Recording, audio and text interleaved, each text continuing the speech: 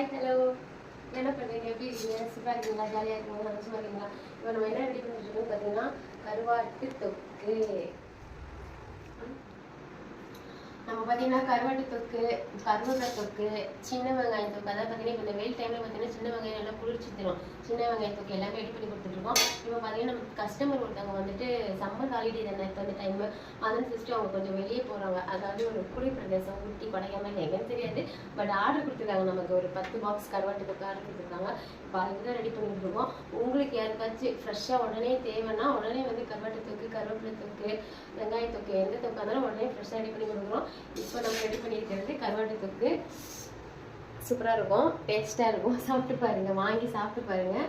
உடனே எத்தனை பாக்ஸ்னாலும் உடனே ஆர்டர் பண்ணிங்கன்னா மறுநாளே ரெடி பண்ணி கொடுத்துருவோம். பாய்.